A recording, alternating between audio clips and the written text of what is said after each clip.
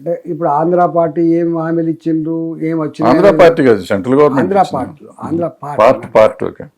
ఆంధ్ర పార్టీలో ఏ హామీలు ఇచ్చిండ్రు, ఎన్ని అమలు అయిన గురించి నాకు చెప్తే నాకు పూర్తిగా లేకపోవచ్చు, కానీ ఈ తెలంగాణ మాత్రం ఆల్మోస్ట్ కొన్ని ఇచ్చిండ్రు.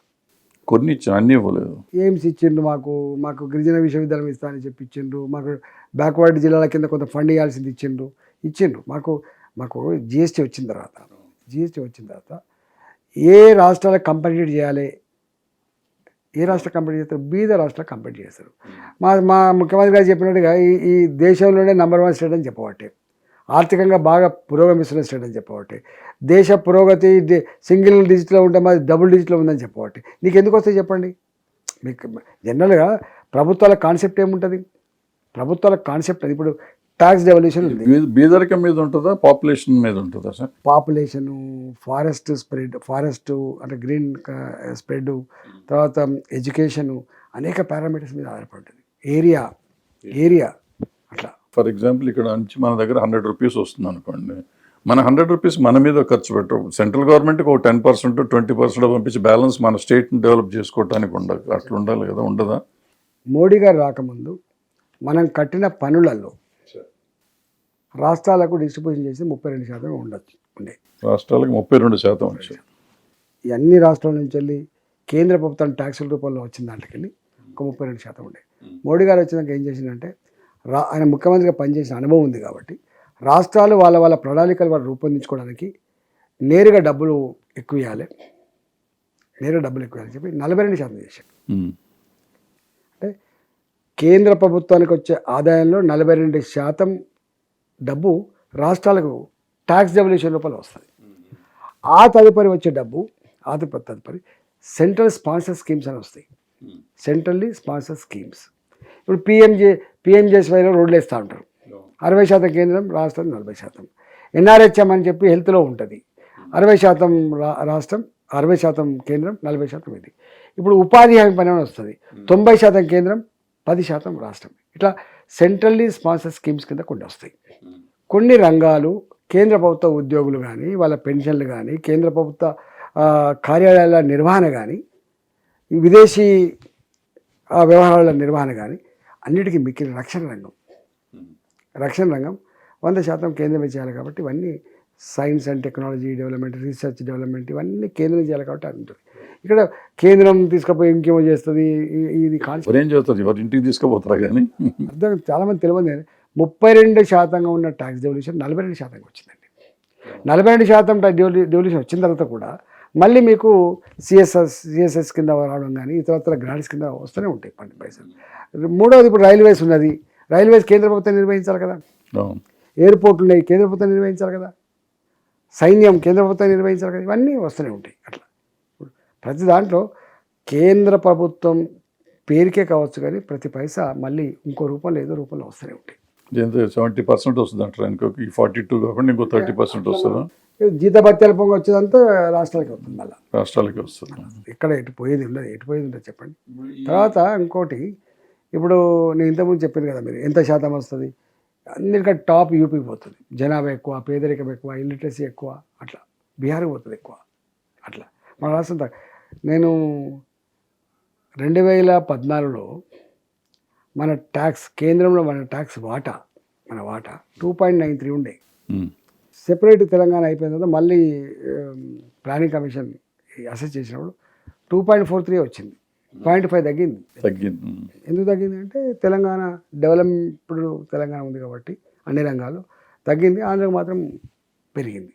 అట్లా అందుకని వాటి మీద ఆధారపడి తప్ప పార్షాలిటీ ఉండదు ఇక్కడ. అస్సలు పార్షాలిటీ ఉండదు. ఒక సైంటిఫిక్ సిస్టమ్ ఉంటుంది.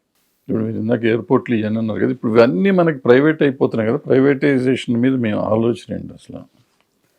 యాక్చువల్గా ఎందుకో ప్రభుత్వాలు ఇప్పుడున్న పరిస్థితిలో కట్టడము, నిర్మించి మళ్ళీ మెయింటైన్ చేయడం అనేది కొంచెం కష్టంగా అయిపోయి, అట్లా ఇప్పుడు ప్రపంచం అంతా జరుగుతుంది, ఇది కూడా జరుగుతుంది తప్ప కష్టమవుతుంది.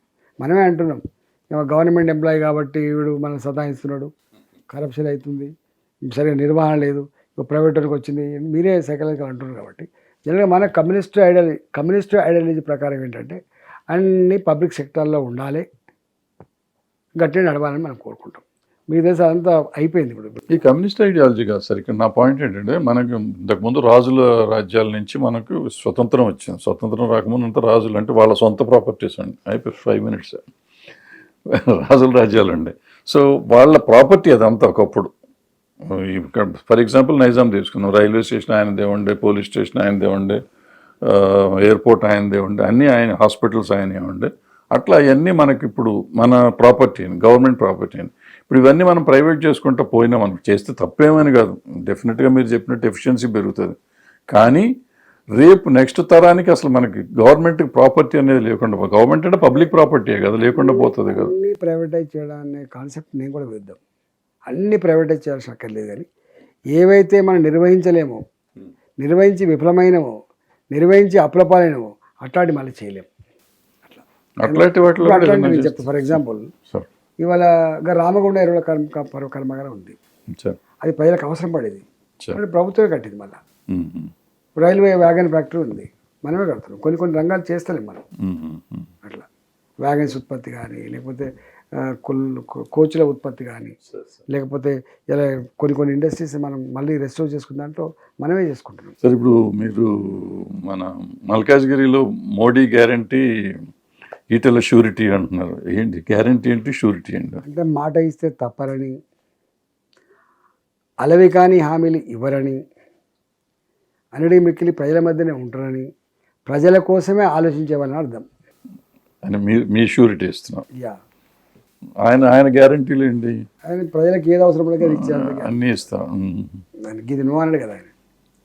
మీరు అమిత్ షాకి ఎందుకు సార్ చాలా క్లోజ్? మీకు ఎవరికి లేనట్టు ఆయన. మీరు లేటెస్ట్గా జాయిన్ అయ్యారు కదా. అంటే నన్ను జాయిన్ చేసిన దాంట్లో వారే, నన్ను జాయిన్ చేసిన రోజు మాట్లాడిన దాంట్లో వారే ఉంటారు కాబట్టి, నన్ను మంచి చెడు చూసుకోవాల్సిన వారిదే ఉంటుంది కాబట్టి నన్ను మంచిగా చూసుకుంటాడు. మోడీ గారు కూడా నన్ను మంచిగా చూసుకుంటారు, ప్రధానమంత్రి గారు కూడా. అంటే నేను కొత్తగా అయినా, నాకు చరిత్ర ఉంది కదా. నేను 22 ఏళ్ళుగా నాకంటూ ఒక అది ఉంది కదా, ఇండిపెండెంట్గా ఒక వాల్యూ కదా. పార్టీలో నుంచి వచ్చినట్టు కాదు, కానీ ఇండివిజువాలిటీ ఉన్న నాయకుడు కాబట్టి. Okay sir, thank you sir, all the best. Hit TV app, ఇందులో short news, live news, entertainment shows, movies, digital magazines తో పాటు మీ జిల్లా వార్తలను కూడా ఫ్రీగా చూడొచ్చు.